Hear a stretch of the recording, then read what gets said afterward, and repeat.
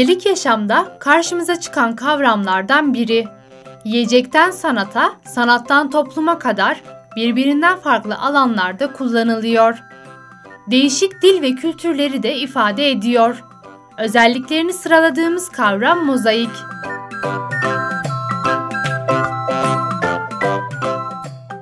Tanım bölümüne geçmeden önce hep birlikte yönümüzü sokağa çevirelim ve mozaik nedir sorumuza verilen cevaplara bakalım.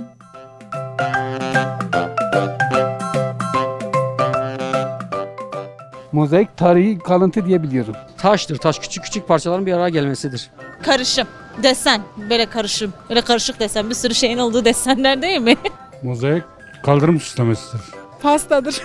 Hani birçok rengin karışmış hali. Bu seramiklerin kullanıldığı bir parça değil mi? Mozaik nedir? Mozaiğin birçok anlamları vardır. Hangi anlamdan soruyorsanız mozaik bir halk. Pasta aklıma geliyor. Farklı parçadaki malzemelerin bir araya getirilmesine mozaik denir. Değil mi? Farklı renkteki ama. Mozaik, o da yeri mozaik yapıyor. Nedir? Mozaik bir desen türü değil mi ya? Mozaik bir taş mıdır yani tam olarak bilmiyorum valla mozaik.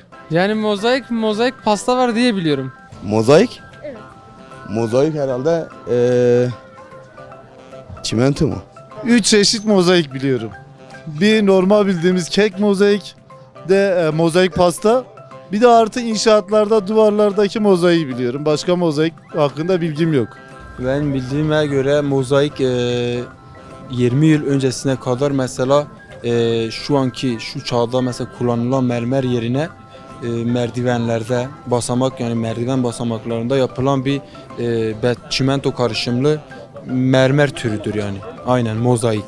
Ben öyle biliyorum. Vazo gibi bir şey mi acaba? Mozaik o pencere aralarına dökülen mozaik değil mi? Mozaik pastadır. Mozaik taş var. Duvarlara taş döşeme sanatı. Bu duvar sanatı değil mi? Duvarlara taş döşüyorlar. Ben öyle biliyorum. Pasta. Aklıma sadece pasta geliyor. Bizim bildiğimiz binaların dış cephelerine sürdüğümüz bir çeşit dış cephe kaplama diyebiliriz mozaik. Onun dışında farklı bir anlamı da var. Birkaç kültürün birleşmesine de mozaik diyoruz. Mozaik bizde bildiğiniz yerde oluyor. Yürüyüş yolunda taştır yani. Yani mozaik insanlar mesela toplumda derseniz farklı değişik mezheplerden, farklı değişik inançlardan topluma oluşan bir kalabalık ortamdır yani. Bence mozaik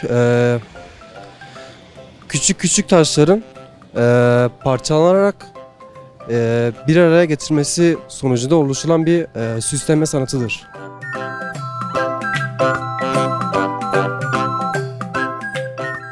Taş, karışım, sanat. Halk mozaik kavramını bu terimlerle açıkladı.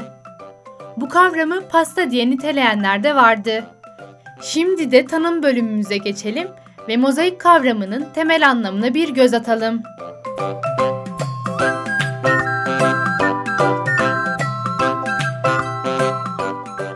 Mozaik kavramı Fransızca kökenlidir. Türlü renklerde taşların yan yana getirilmesiyle yapılan resim, bezeme veya döşemeye denir.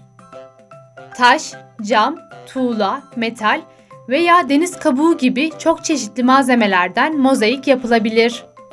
Toplumsal anlamda ise değişik halkların ve farklı toplulukların oluşturduğu bütünlüğü tanımlamak için de kullanılmaktadır.